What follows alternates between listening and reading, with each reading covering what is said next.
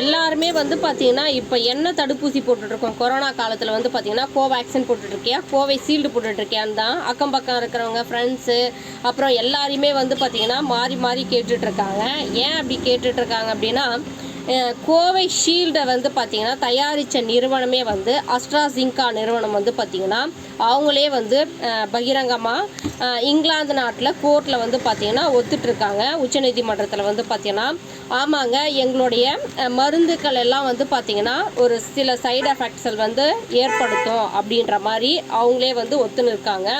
இதனால் எல்லா மக்களுக்குமே, உலகத்தில் இருக்கிற எல்லா மக்களுக்குமே ஒரு அளவு கடந்த பயமாகவே இருக்குது. ஏன் அப்படின்னா, எல்லாரும் முக்கால்வாசி பேர் வந்து பார்த்திங்கன்னா கோவேக்சின் போட்டவங்களை விட கோவைஷீல்டு போட்டவங்க தான் அதிகம். ஏன்னா கோவைஷீல்டு தான் வந்து பார்த்திங்கன்னா பவர் அதிகம். கோவேக்சின் வந்து பார்த்திங்கன்னா யார் யாருக்கு போட்டாங்க அப்படின்னா கர்ப்பிணி பெண்களுக்கு, அதுக்கப்புறம் ரொம்ப வயசானவங்களுக்கு, இவங்களுக்கெல்லாம் வந்து பார்த்திங்கன்னா கோவேக்சின் போட்டாங்க. மீதி எல்லாம் யங்ஸ்டர்ஸ் எல்லாருக்குமே ஆல்மோஸ்ட் 90% வந்து பார்த்திங்கன்னா கோவைஷீல்டு தான் போட்டுக்கிட்டாங்க. நிறைய பேர் வந்து பயத்திலே இருக்காங்க. ஏன்னா ஒரு 3 வருஷத்துக்கு பின்னோக்கி போங்களேன், நிறைய பேர் வந்து கொரோனா வந்து செத்தவனை விட கொரோனா வந்துடுமோ அப்படின்ற பயத்தில் செத்தவன் தான் நிறைய பேர். ஏன்னா அவங்க ஃபேமிலியில் பாதிக்கப்பட்டவங்களுக்கு கண்டிப்பாக தெரியும். பக்கத்தில் வந்து பார்த்திங்கன்னா கொரோனா வந்துருச்சுன்னு வச்சுக்கோங்களேன், அவங்க வீட்டிலேருந்து எந்த பொருளுமே டச் பண்ணக்கூடாது. அதே மாதிரி வந்து பார்த்திங்கன்னா அவங்க வீட்டில் ஒரு 15 நாளைக்கு கூட வந்து பார்த்திங்கன்னா அவங்க வீட்டவே வந்து பார்த்திங்கன்னா அடைச்சி வச்சுருந்தாங்க. இந்த ஆக்சுவலாக வந்து பார்த்திங்கன்னா முனிசிபாலிட்டி அவங்களாம் தான் வந்து பார்த்திங்கன்னா பொருட்கள்லாம் வாங்கிட்டு போய் கொடுக்குற மாதிரி அந்த மாதிரியெல்லாம் கூட செஞ்சுட்டு இருந்தாங்க ஒரு சில நாட்கள், வந்து ஒரு 15 நாளைக்கு. இந்த மாதிரியெல்லாம் இருக்கிற காலகட்டத்தில் வந்து பார்த்திங்கன்னா ரொம்ப சக்ஸஸ்ஃபுல்லாக கண்டுபிடிச்சது தான் வந்து பார்த்திங்கன்னா இந்த மருந்து. எல்லா காலத்துலேயும் ஏதோனும் ஒரு நோய் வந்து பார்த்திங்கன்னா மக்களை வந்து அச்சுறுத்திட்டு தான் இருந்திருக்கு. ஒரு நூற்றாண்டுக்கு ஒரு முறை வந்து பார்த்திங்கன்னா இன்னும் இந்த கொரோனா வந்து நம்ம எப்படி வந்து அவ்வளோ சீக்கிரமாக மீண்டுட்டோம்னா இந்த தடுப்பூசினால் மட்டும்தான். ஏன்னா நிறைய பேர் வந்து தடுப்பூசி போட்டுக்கணும், தடுப்பூசி கண்டிப்பாக போட்டுக்கணும் அப்படின்னு சொல்லிட்டு கவர்மெண்ட்டே வந்து பார்த்திங்கன்னா நிறைய அவேர்னஸ் கொடுத்துட்டு இருந்தது. அதுவும் இல்லாமல் வீட்டில் எத்தனை பேர் தடுப்பூசி போட்டுக்கிட்டீங்க, அதே மாதிரி ஃப்ளைட்டில் போகணும், ட்ரெயினில் போகணும், இந்த மாதிரியெல்லாம் ட்ராவல் பண்ணணுன்னா கண்டிப்பாக தடுப்பூசி கம்பல்சரி போட்டிருக்கணும். இப்போது ஏதாவது ஒரு கம்பெனிக்கே நீங்கள் வேலைக்கு போகிறீங்கன்னு வைங்களா, தடுப்பூசி போட்டிருந்தால் மட்டும்தான் வந்து பார்த்திங்கன்னா கம்பெனியில் வந்து பார்த்திங்கன்னா உள்ளேயே சேர்த்துட்டு இருப்பாங்க. உங்களுக்கு நல்லாவே தெரியும். அந்த நேரத்தில் வந்து நிறைய பேர் தடுப்பூசி போட்டுக்கிட்டோம். ஒரு சிலருக்கு வந்து பார்த்திங்கன்னா ஃபஸ்ட்லாம் பயங்கர ஹெவி டோஸ் கொடுத்ததுனால நிறைய பேர் இறந்துட்டாங்க. அது வந்து பார்த்திங்கன்னா எத்தனை பேருக்கு அது தெரியும்னு எனக்கு தெரியல. ஏன்னா தடுப்பூசி போட்ட கொஞ்ச நாட்களில் வந்து பார்த்திங்கன்னா அந்த ஹெவி டோஸை பாடியினுடைய அந்த அணுக்கள் வந்து தாங்க முடியாமல் நிறைய பேர் இறந்துட்டாங்க. அதுக்கப்புறம் தான் டோஸை குறைச்சி போட ஆரம்பித்தாங்க. அதுக்கப்புறம் வந்து மக்களுடைய அந்த பாடி டெம்பரேச்சர் வந்து எடுத்துக்க ஆரம்பிச்சது. இந்த மாதிரி தான் வந்து பார்த்திங்கன்னா இந்தியாவில் மட்டுமே பாருங்கள், கோவைஷீல்டு கோவேக்சின்னு அஸ்ட்ராஸின்கா நிறுவனம் தான் வந்து பார்த்திங்கன்னா இதை முதல்ல இந்த நிறுவனம் தான் வந்து பார்த்திங்கன்னா இதுக்கு மருந்து கண்டுபிடிச்சாங்க கொரோனா தடுப்பூசிக்கு வந்து பார்த்திங்கன்னா. இதை நம்ம இந்தியாவில் வந்து பார்த்திங்கன்னா பூனேயில் இருக்கிற ஸ்ரீராம் இன்ஸ்டியூட் ஆஃப் இந்தியா அந்த கம்பெனி தான் வந்து பார்த்திங்கன்னா நம்ம இந்தியா முழுக்குமே வந்து மருந்தை சப்ளை பண்ணாங்க.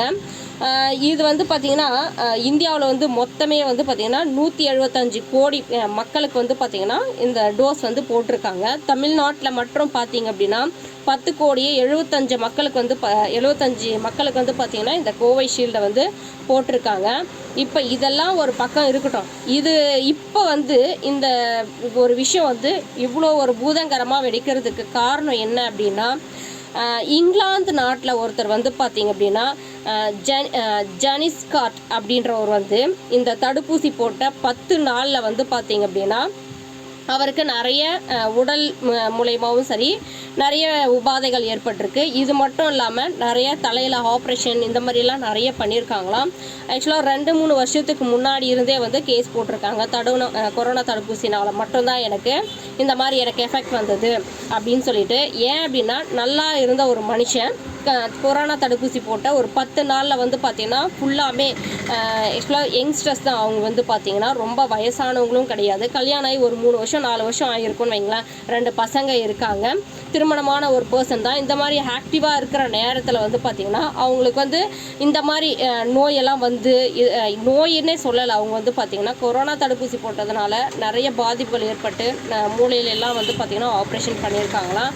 இதனால் எனக்கு வந்து இவங்க தான் வந்து காரணம். ஏன்னா நான் நல்லா இருந்த ஒரு பர்சனு, எனக்கு வந்து இதெல்லாம் நேரத்துக்கு வந்து இந்த கொரோனா தடுப்பூசி தான், அஸ்ட்ராஜின்கா நிறுவனம் தான் அப்படின்னு சொல்லிட்டு இருந்தாங்க.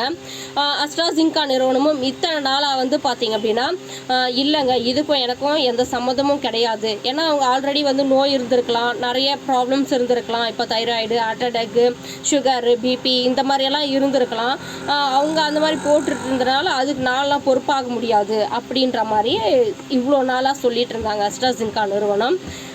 ஆனால் வந்து அந்த பர்சன் வந்து பார்த்திங்கன்னா ஜெனிஸ்காட் வந்து பார்த்திங்கன்னா அதை கொஞ்சம் கூட யோசிக்காமல் இல்லைங்க உங்கள் மருந்துனால மட்டும்தான் அப்படின்னு சொல்லிட்டு கோர்ட்டில் வந்து பார்த்திங்கன்னா கேஸ் போட்டிருந்தாங்க. ஒரு 2 நாளைக்கு முன்னாடி தான் அஸ்ட்ராஜின்கா நிறுவனமே ஒத்துக்கிட்டாங்க பகிரங்கமாக, இல்லைங்க எங்களுடைய மருந்துனால தான். ஒரு சிலருக்கு வந்து பார்த்திங்கன்னா இந்த மாதிரி ஆல்ரெடி நோய் இருக்குது, BP, sugar, heart patient, thyroid இந்த மாதிரியெல்லாம் ஒரு சில ப்ராப்ளம்ஸ் இருந்தால் கண்டிப்பாக சைடு எஃபெக்ட்ஸ் வரும். அதுவும் ரொம்ப ரேர். இப்போ 1,00,000 பேரில் அப்படின்னா ஒருத்தருக்கு அது எஃபெக்ட் ஆகிறதுக்கு வாய்ப்பு இருக்குது அப்படின்ற மாதிரி வந்து பார்த்திங்கன்னா சொல்லியிருந்தாங்க. அந்த மாதிரி நீங்கள் ஏன் அதை முன்கூட்டியே எங்களுக்கு வந்து சொல்லலை, இந்த மாதிரியெல்லாம் இருக்குது, இந்த மாதிரிலாம் இருந்தால் இந்த மாதிரி போடக்கூடாதுன்னு நீங்கள் ஏன் எங்களுக்கு முன்னாடியே சொல்லலை அப்படின்ட்டு ஜெனிஸ்காட் வந்து சொல்லியிருந்தாங்க. அதுக்காக வந்து பார்த்திங்கன்னா அவங்களுக்கு இழப்பீடாக வந்து 1,20,000 ஃபவுண்டேஷன் வந்து கொடுத்துருந்தாங்க. எனக்கு இதெல்லாம் பத்தாது, நான் நல்லா இருந்திருந்தேன்னா என் குடும்பத்தை என் லைஃப் லாங் இவ்வளோ தான் நான் சம்பாதிச்சிருப்பேனா என்ன, என் குடும்பத்தை வேறு லெவலுக்கு நான் கொண்டு போயிருப்பேன்ல, எனக்கு இன்னும் பணம் தேவைப்படுது அப்படின்ற மாதிரி கோர்ட்டில் கேஸ் போட்டிருந்தாங்க. இல்லைங்க அப்படின்ற மாதிரி அவங்களும் சொல்லியிருந்தாங்க. ஸ்கை நியூஸ்லேயுமே வந்து பார்த்திங்கன்னா ஜெனிஸ்காட் வந்து பேசியிருக்கிறத நீங்கள் நல்லா பார்ப்பீங்க. ஏன்னா அவர் பேசக்கூட முடியல. அந்த அஸ்ட்ராஜின்கா அப்படின்ற அந்த நிறுவனத்துடைய பேரவே வந்து பார்த்திங்கன்னா முழுசாக உச்சரிக்க முடியல அவர்னால. அந்த அளவுக்கு வந்து பார்த்திங்கன்னா பாதிக்கப்பட்டிருக்கார் அவர் வந்து. இவர் மட்டும்தான் அப்படின்னா கிடையாதுங்க. 51 பேர் வந்து பார்த்திங்கன்னா இங்கிலாந்தில் கேஸ் போட்டிருக்காங்க. யூகேல வந்து பார்த்திங்க அப்படின்னா இதெல்லாம் இந்த மாதிரி வர.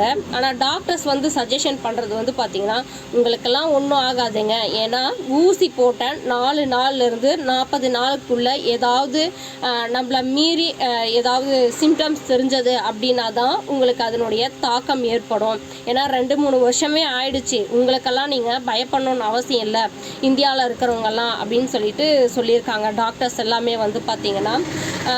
இது மட்டும் இல்லாமல் இன்னும் ப்ராப்ளம்ஸாக வரும் நம்ம பாடியில் வந்து பார்த்திங்க அப்படின்னா அந்த ரத்தம் உறைதல், ரத்தம் வந்து பார்த்திங்கன்னா அங்கங்கே கட்டியாக கட்டிக்கும், அந்த மாதிரி வந்து ப்ராப்ளம்ஸ் வரும்.